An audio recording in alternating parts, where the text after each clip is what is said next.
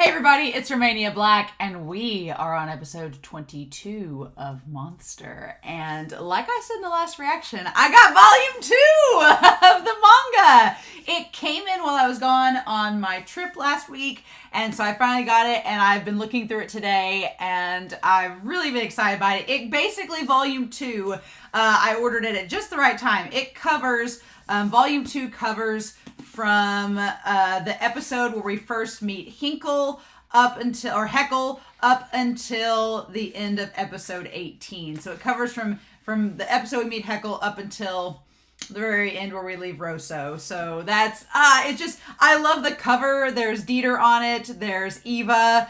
We have creepy little Johan and Nina there on the cover there. Nina's on the inside. Nina is prevalent through a lot of this volume, but something that's really cool about this volume 2 that I don't quite remember with volume 1 was all of the color pages. So we get a lot of different color spreads after Heckle's introduction, and we have the whole thing with Dieter. Find the first page. I think Nina's story, Be My Baby, is the first one. There's also actually a few extra little tiny moments. The volume 1 was pretty much beat for beat with the anime. The anime was a beat for beat adaptation. There are a few tiny little things that the manga has that weren't adapted or that I don't remember being adapted. Like, for example, before Tenma meets with Messner, we see that he gets this gang of skinheads and like neo-Nazis to tell him where Messner is. And I don't think that was in the anime. I think they cut it out. It's only like a page, so it's not really anything extra, but it is there. But the whole Be My Baby scene, I want to find it on here. The Be My Baby is in color, which is really pretty. And Nina, she has purple on in the anime, which the purple works, but man, the red pops. Like, I don't know if y'all see that. The red pops, and the red looks really good on Nina. I like the red. The red coloring is really pretty, and it's really cool. And also, we get Dieter in color along with Heckle, which is really fun. I love, like, the Copic color design. This is the one where it's like the skinheads and Tenma is like getting the neo-Nazis to tell him where Messner is. That scene I don't believe is in the anime, and Tenma like holds a scalpel up to one of their throats to intimidate them. Fun times. But also, I want to make note with Messner. In the manga, he looks a lot more downtrodden and a lot more strung out from the drugs than he is in the anime. The anime doesn't get him quite like the hollowed out cheeks, the bags under his eyes. The manga makes him look a lot worse off than he is in the anime. And so when you find out in episode 21 that he's died of an overdose, it feels much more understandable after reading the manga. You're like, okay, no, he actually was strung out on drugs. Fair point. But yeah, also we talked in previous episodes about how Be My Baby was the original song that came on when Nina met the baby. And in the manga, that's exactly what it said. He says it's Be My Baby by the Ronettes. So yeah, they were keeping track with that, but you know, manga gets away with a little bit more copyright stuff than anime does, clearly. But yeah, the manga is just really good. I love the manga adaptation. I'm hopefully going to be able to keep collecting the manga volumes as we go. It's really nice. If you get a chance to get the English edition, it is a very nice copy. It looks very nice. So thank you, fellow patrons, for helping me to get this. But yeah, it ends with Rosso and the whole thing. I do like, let me show you guys all the image, the lighter that comes on right before Reunion, the episode for Reunion. I love that color spot of just the red flame. Oh, it's great. And then, yeah, lots of fun stuff with the manga. But yeah, so before I go any further, a special thanks to the patrons that helped me get this manga copy so I can show you all. So special thanks to Patreon. Thank you all so much. And a special thanks to our philanthropy tier. These members in the philanthropy tier, they help make sure that I can actually keep doing the things I love doing on this channel and support me in buying my subscriptions and getting manga to review and react to, as well as any anime that I need to. So special shout out and thanks to Edgar, to Dana, to Tyrone, to Shimoyama, to Arjo, to Kenny, to Larry Manning, as well as Truck, as well as Be Happy, and Anime Annie. So yeah, so thank you all so much. And Dana, you guys are all listed up here. Thank you all so much for your kindness, for your support. I greatly appreciate it. All of my love. So yeah, I don't have really any comments to talk about with this going in, I had been recording ahead and then I went out of town on a trip, and so I've come back and I need to start getting recording ahead. I like recording ahead a little bit with this series because of spoilers, and also I left kind of on a cliffhanger because Anna aka Nina, was hauling away Mueller in her car after he'd been shot. So I'm assuming she shot the one guy that had attacked him, but I'm not sure. And last episode was pretty freaky, so lots of crazy stuff, right, y'all? But I'm excited to see what we're going to get with this episode. I hope you all are too. But we're not going to waste any more time. We are going to start this episode and see what happens. So we're going to start episode 22 of Monster. And we're going to do that here in 3, 2, 1, and let's go.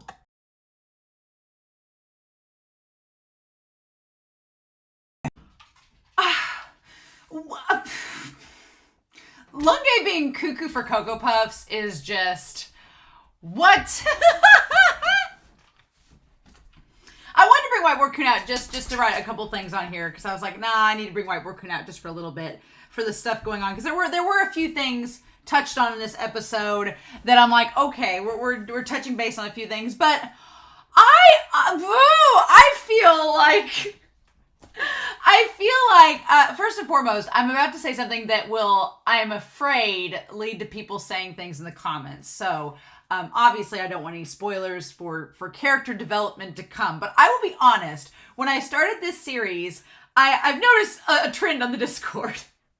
And it's funny, because I think there's a lot of sarcasm surrounding it, and I'm just now realizing it. But when I started this series out, and we first met Lunge, there were a lot of people that were like, oh yeah, Lunge, hey! And I was like, oh, okay, cool. I was like, Lunge was giving off kind of L vibes from Death Note, kind of Sherlock vibes. I was like, okay, cool. And then as we've gone in the series, he is not L, and is not Sherlock, and is not interested in solving the crime. He's interested in proving he's right.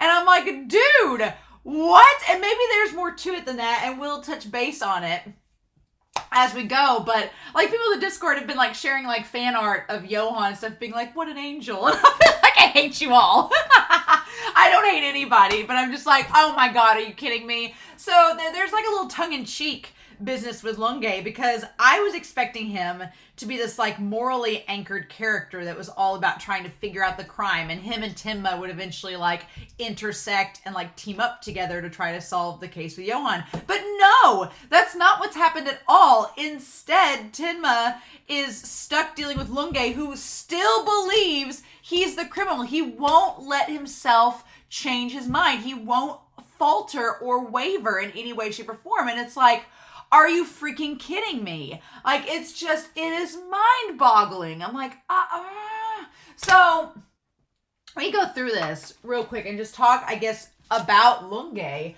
and this idea that Lunge, he is convinced that, or is he? He has this in mind. He is convinced, as he confesses to Tenma, that Tenma is the killer, and Johan is a fabrication.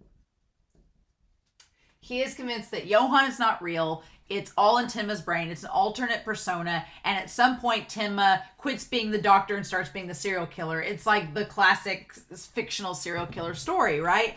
But then it's very weird, because at no point except to Tenma and to the nurse, that at no point in the first part of the episode, let me phrase that, in the first part of the episode, does he call Tenma the killer. That's kind of the weird thing. At the end of the episode, when he faces Tenma, he wants Tenma to confess. And, like, he wants Tenma to confess and say that he's done these crimes. But when the reporter asked him, when Jeeble asked him, he wouldn't ever come out and just say, oh, yes, he is a killer, and I think that. He dodged the question a lot. And so part of me was wondering, does Lunge realize that Tenma is not the killer, but he's so obsessed with Tenma at this point, and that's kind of become a character trait that we've associated with LUNGE, is that he gets obsessed with cases, that he won't let it rest, and he won't waver his opinion until he either proves that Tenma is in fact the killer and Tenma confesses, or until, I guess, Johan comes out of the woodwork. Part of me wondered if maybe now Tenma's gonna be like, the only way to get this guy off my back is to prove Johan exists. Is LUNGE trying to prod him in that area? I don't know. I'm so, we have this concept, and I want to say, like, so story, details, and concepts. I mean, we don't have any resolution right now to the last episode. We don't touch base with Nina at all. We've transitioned from Nina and Mueller back over to LUNGE and Tenma, right? So the one concept on here is the fact that there is a copycat killer that is not Johan. And another thing that we establish is that LUNGE has determined that there is an eerie calmness and lack of emotion with the killers, with the kills themselves, if they've been committed by Johan. But now here's the thing. There is some weirdness with that, because like Nina's parents, the Fortners, they weren't killed directly by Johan. They were killed by Mueller and Messner. So the whole calmness, if it's referring to that case, that doesn't apply at all, because it's not Johan or Tenma. It's two totally random guys, right?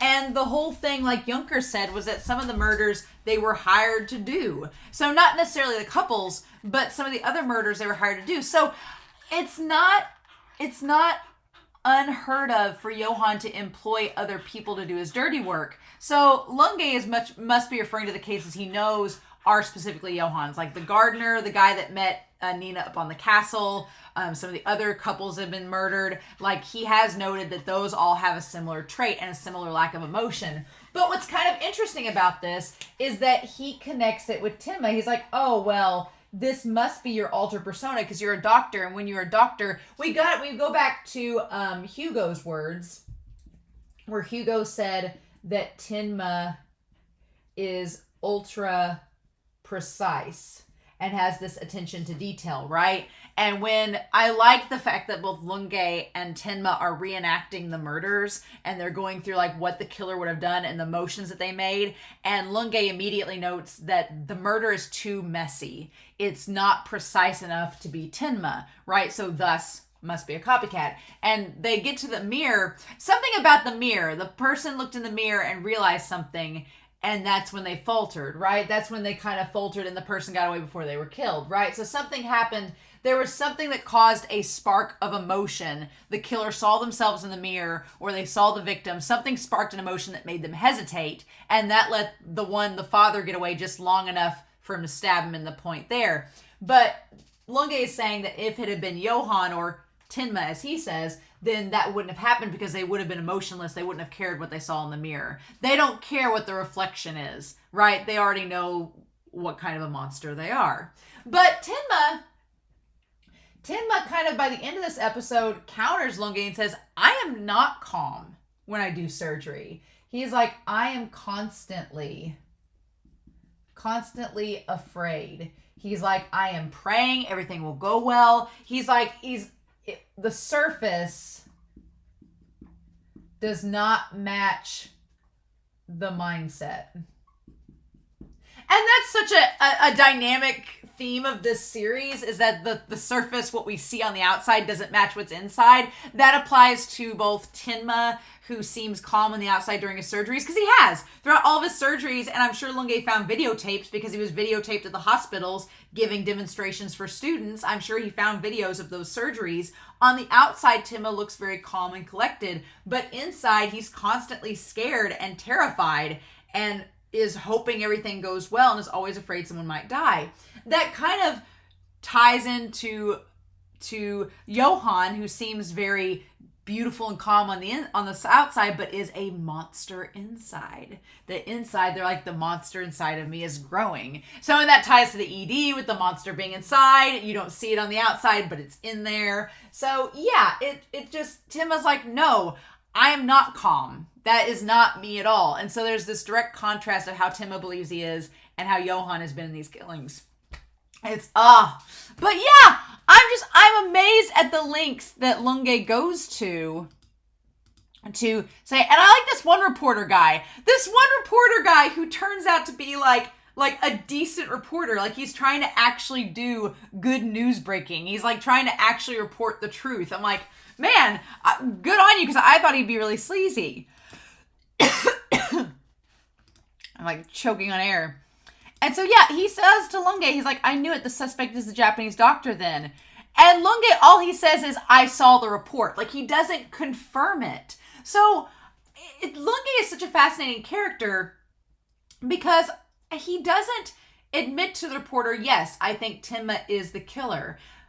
Which makes you think, okay, does Lunge not really know for sure and he doesn't want to put out any false information? But then he kind of goes back on it when the reporter figures out, he's like, hey, we did some snooping of ourselves and the Jeebles guy actually looks like he could be suspicious. So am I putting out false information? I need to not do that. And Lunge's like, I don't care what information you put out. You just do as I say because I want to lure Tenma and trap him. Like, Lunge is willing, he is willing to go to any length to catch Tenma, to get him to confess.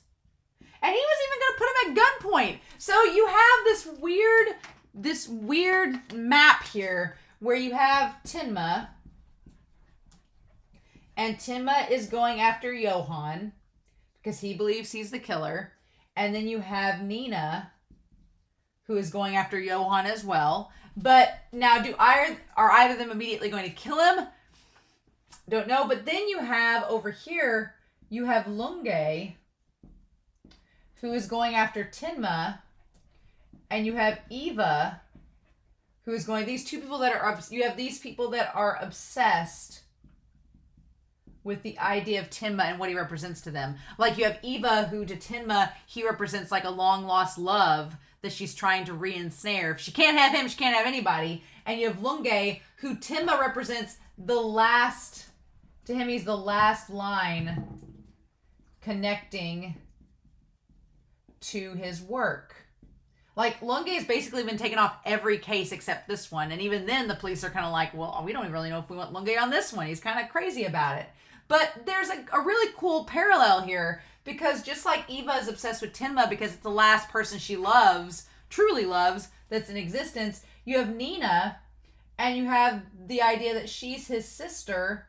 And I'm not saying there's an obsession there, but she's concerned about him being someone she's once, been tied to through a family-like bond, the same way Eva is kind of tied to Tenma through a family-like bond. They were engaged. And then you have Lunge, who ties Tenma to his work practice and is kind of obsessed for that reason. And Tenma, because of his work in saving Johan, is kind of obsessed for the same reason. So it's kind of crazy. It's like Johan is to Tenma what Tenma is to Lunge in the weirdest of ways. And you have Lunge believing that Tenma has two personas. And you have Tenma believing that Johan has two personas. Which is kind of crazy. And just like how Tenma told Lunge, like, no, there's not two personas. This is just what you get. I don't think there's two personas with Johan. I think what you see is what you get. And you're just trying to make up you're trying to make an excuse, right? And that's kind of fascinating too, because Tenma is trying to make an excuse of why Johan is the way that he is. It's the two personas.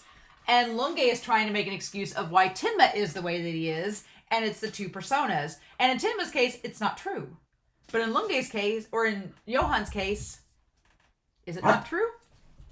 That's the fascinating part. It's like there's so many parallels and connections and similarities between them. But we the audience know that Johan did not kill those other couples. We know that he did not kill the gardener. Right? So we know that he is innocent on those accounts. Lunge believes he's guilty, but he's not.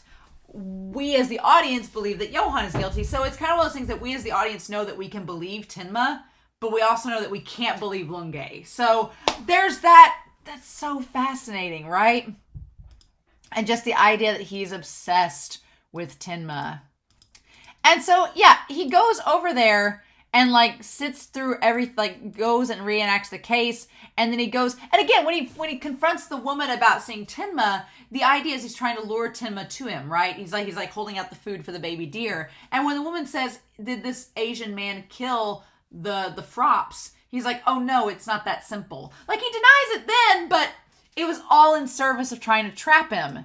So Lunge is kind of like, I thought he'd be this, like, he on the surface, again, surface impressions. On the surface, Lunge looks like he's well put together, he's intelligent, he knows what he's doing, and he's fighting for the sake of justice. But when you dig under the surface just even a little bit, you find out that he's not okay at home. He's so obsessed with his job that he's completely driven his family away. He's kind of fallen apart at the seams and is kind of a hot mess. And he's only pursuing this case to prove that he's right. It's like his last lifeline to his sanity. And it's like, what? And then Jeebles shows up and Lunge knows that he's the killer, but he's not saying anything.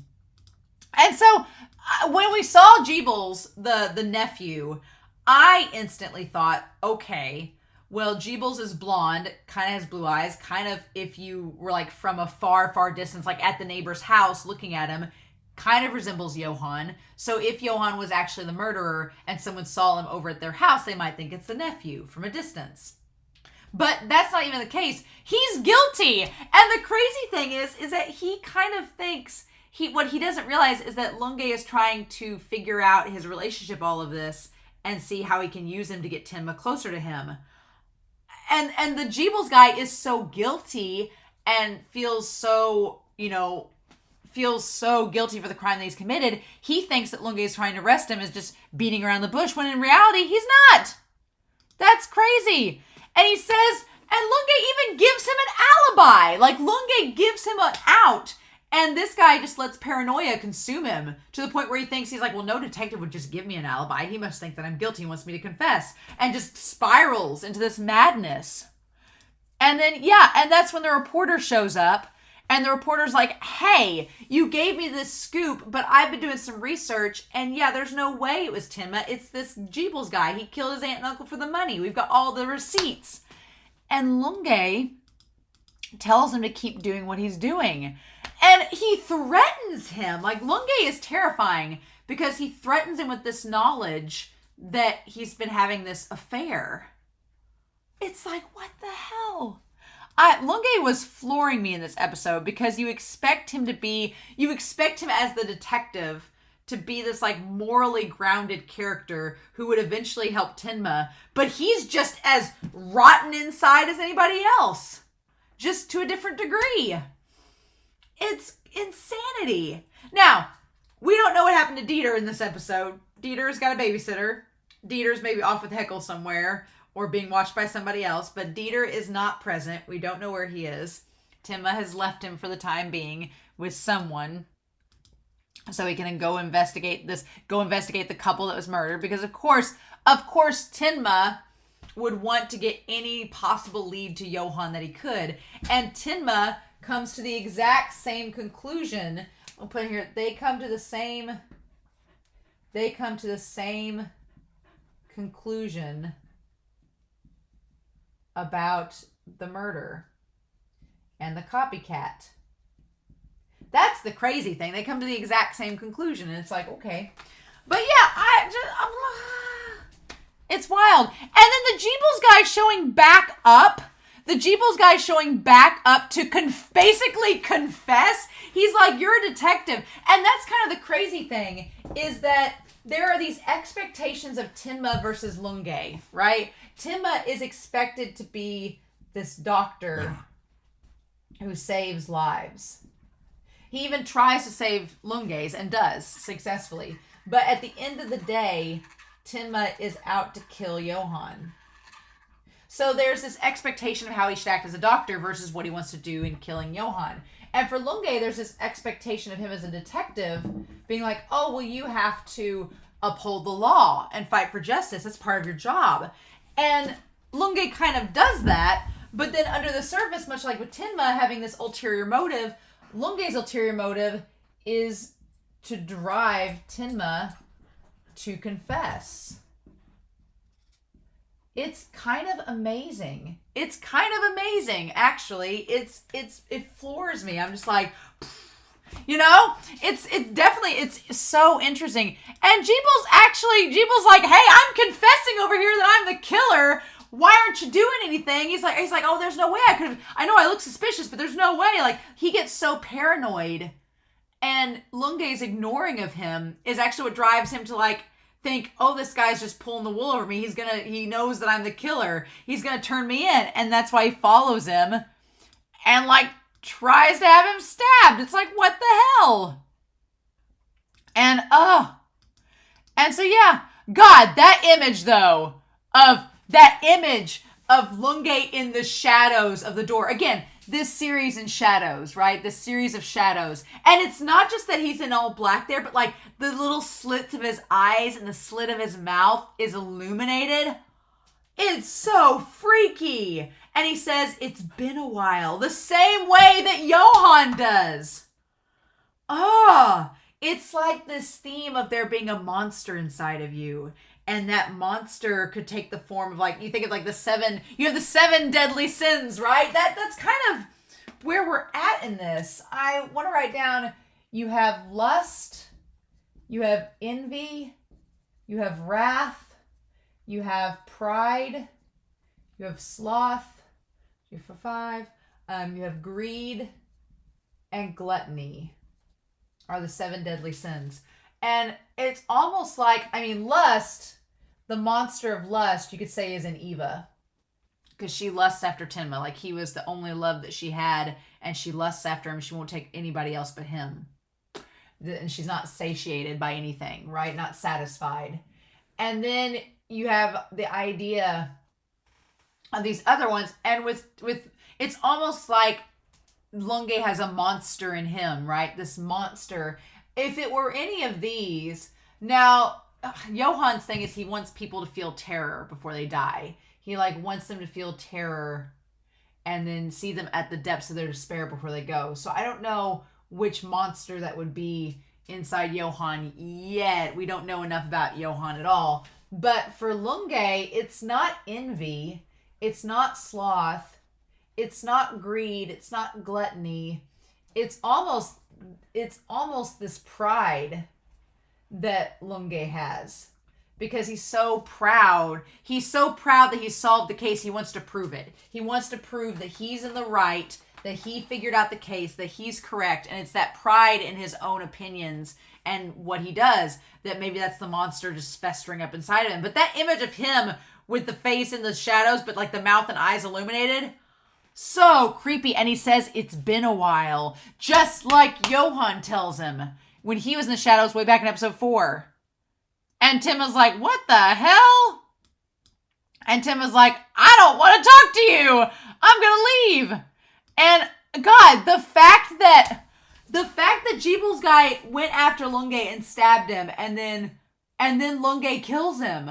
Or he doesn't kill him, but he incapacitates him. He shoots his legs and says, you're in my way.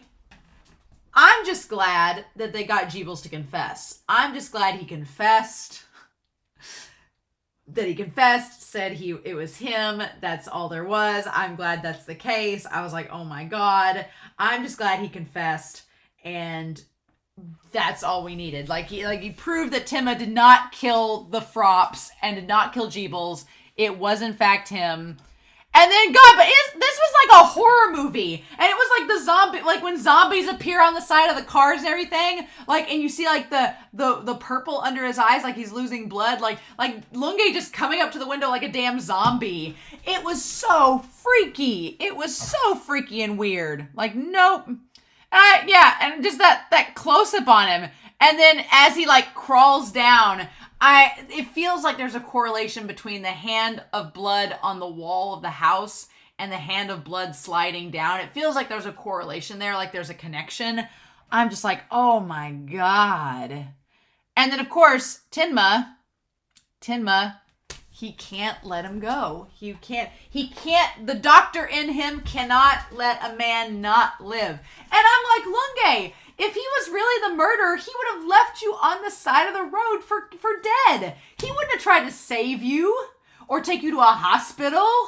I'm like, you're so obsessed. It's completely clouded his judgment. I'm like, what the fudge? And then like he tries to take the gun from him in the car and handcuffs him. And then he's like, confess.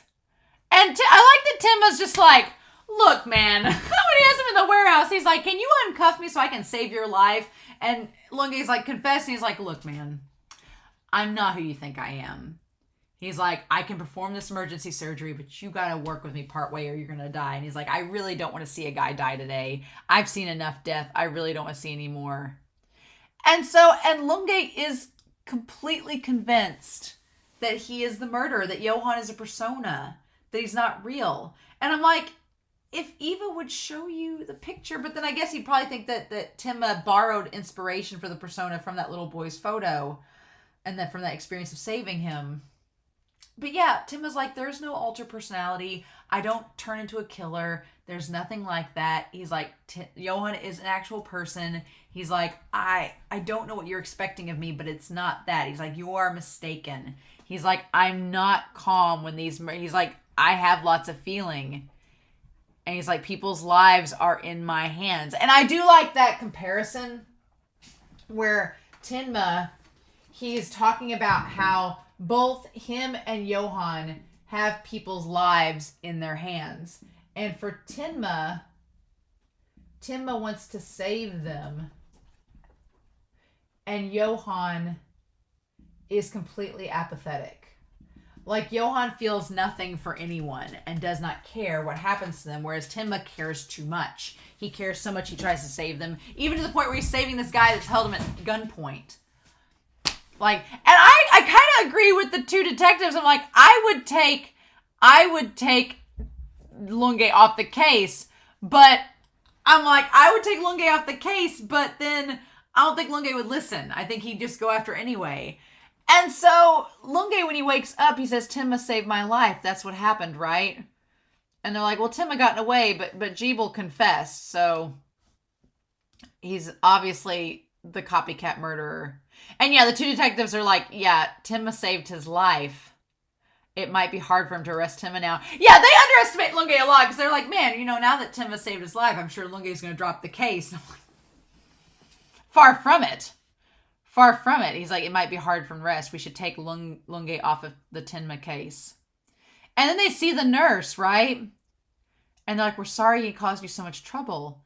And she said, he's very nice to be around. And they're both like, what? Nice. He said he's in a hurry and would like to be done with rehab as soon as possible.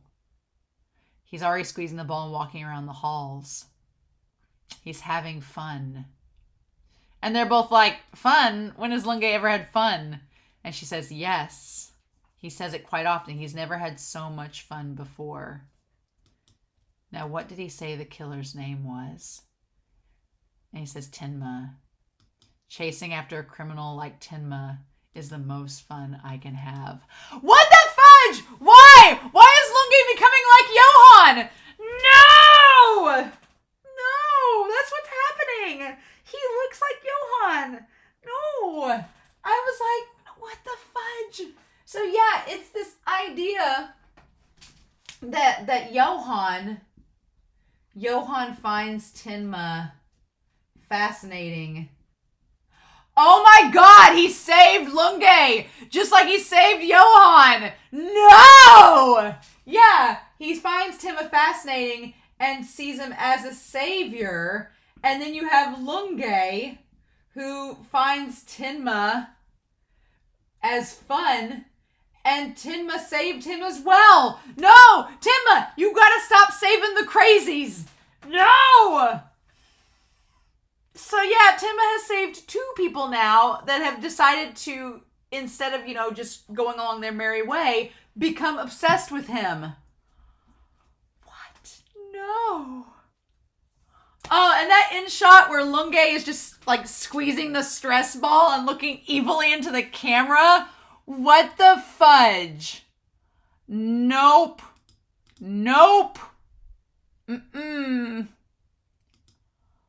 Oh my gosh. Like, this episode and the last episode have been just boom, boom, boom. Plot, plot, plot. Straight up. There's not been, unlike the Rosso episode, and unlike some other episodes that have happened before that have been much slower and more contemplative and more thematic, these last two episodes, 21 and 22, have just been like, bam, things are happening. And it's like, okay. Okay, sure thing. Oh my God. I am floored, y'all. Absolutely floored. So yeah. I don't know what to think, y'all. I'm a little concerned that Lunge's taken a turn and has joined Johan's club of Tenma obsession. And now Tenma's still being wanted because the paper still got spread with the news story, I'm sure. Or maybe they corrected the news story with Jeebles now that that's all come out. Maybe that scoop got cleared so Tenma wouldn't be. The fact that Lunge was so willing to just let Tenma get drugged through the mud and let Tenma get chased just so he'd have the opportunity to catch him is absolutely ridiculous. But, oh my God. Yeah, I don't have anything else to talk about really with this episode, but I'm just like, the parallels and the themes developing are kind of insane. So, yeah. Please no spoilers, but I am excited to know your thoughts down below. This episode was madness, and I have a feeling that the roller coaster is just starting. So, at this point, we're at episode 22, so we'll see what happens next. We're not quite to the 1/3 of the way through mark, but I'm excited to hear your comments down below, what you thought of Lunge in this episode. Please no spoilers for future episodes, though. But in the meantime, I hope y'all have a wonderful week. Please stay safe, take care, and yeah, I'll be back very soon with episode 23 of Monster. Bye.